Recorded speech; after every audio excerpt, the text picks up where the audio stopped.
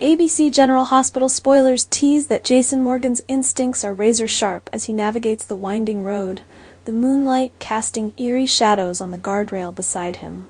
He grips his weapon tightly, his eyes scanning the surroundings for any signs of danger. The tension is palpable as he spots his target, Agent Boyles, locked in a tense standoff with Ava Jerome. Jason knows that one wrong move could escalate the situation into a deadly confrontation. As he inches closer, his mind races through the possibilities. Is this an elaborate setup orchestrated by someone pulling the strings from the shadows? The air is thick with uncertainty, yet Jason's focus never wavers.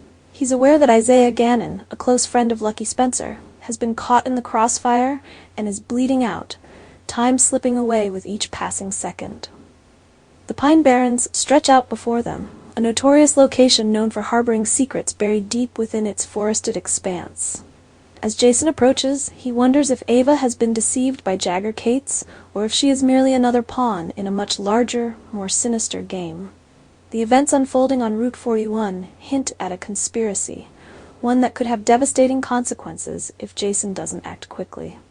With his heart pounding, he steps forward, his gun aimed steadily at Boyles, commanding him to lower his weapon. The seconds tick by agonizingly slow, and Jason knows that the outcome of this encounter could change everything. Meanwhile, across town, Sonny Corinthos finds himself at Carly Spencer's doorstep, his expression one of grim determination.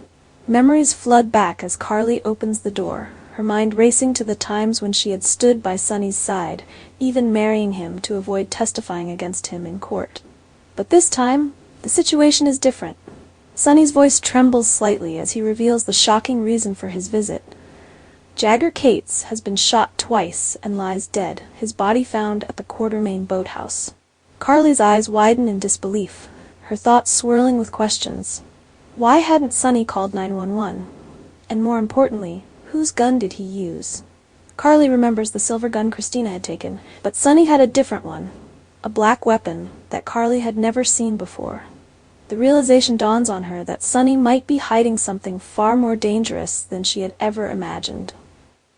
As Sonny pleads for her help, Carly's mind races through the possible scenarios. Could Sonny be involved in something deeper, something that even she might not be able to save him from? The gravity of the situation weighs heavily on her, and she knows that whatever decision she makes now could have far-reaching consequences. Sonny's desperation is palpable, and Carly is faced with a choice that could change the course of their lives forever. At the Aurora office, the atmosphere is charged with emotion as Drew Quartermain and Willow Corinthos grapple with the tragic news of Congressman Larry McConkie's death. The congressman, a man Drew had come to admire and even view as a father figure despite their brief acquaintance, had been a beacon of hope for Drew's political aspirations. The loss hit him hard, and Willow, sensing his pain, had come to offer comfort. What started as a heartfelt conversation about the impact of McConkie's untimely demise quickly evolved into something far more intense. Their grief, mingled with the weight of unspoken feelings, led to a passionate embrace, one that neither had anticipated. Now, as they stand together, the air thick with the remnants of their heated exchange, Drew gazes deeply into Willow's eyes. His voice, laden with emotion, reveals a longing he had kept buried for too long, a wish that he had met Willow first, before the complicated entanglements of their current lives. Willow's heart pounds as she listens, the reality of their connection hitting her with full force. The moment is both tender and bittersweet, a glimpse into what could have been if their paths had crossed sooner. Yet even as they share this intimate moment, they are acutely aware of the complexities that surround them. The specter of their past decisions looms large, casting a shadow over what could be a future filled with possibilities.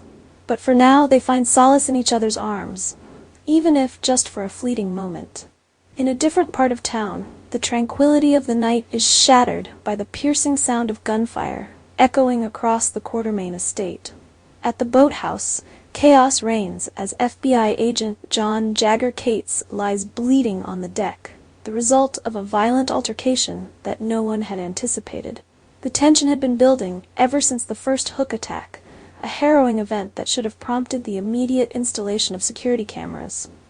But hindsight, offers no comfort now as Chase rushes to Brooklyn Quartermain, delivering the distressing news with a heavy heart. The Quartermain family had always been a magnet for trouble, but this was something altogether different. The possibility that they themselves had heard the shots adds a layer of horror to the situation. The shooter, no doubt aware that they would become the prime suspect, had fled the scene, but Chase is certain they haven't gone far. The urgency in his voice is unmistakable as he tries to piece together what happened, knowing that every second counts in the search for the perpetrator. The Quartermain boathouse, once a place of peace and solitude, is now a crime scene. The bloodstains on the deck a grim reminder of the violence that had erupted in the stillness of the night. As Brooklyn processes the news, her mind reels with questions. Who could have done this, and why? And more importantly, what will happen next as the Quartermains find themselves embroiled in yet another dangerous mystery?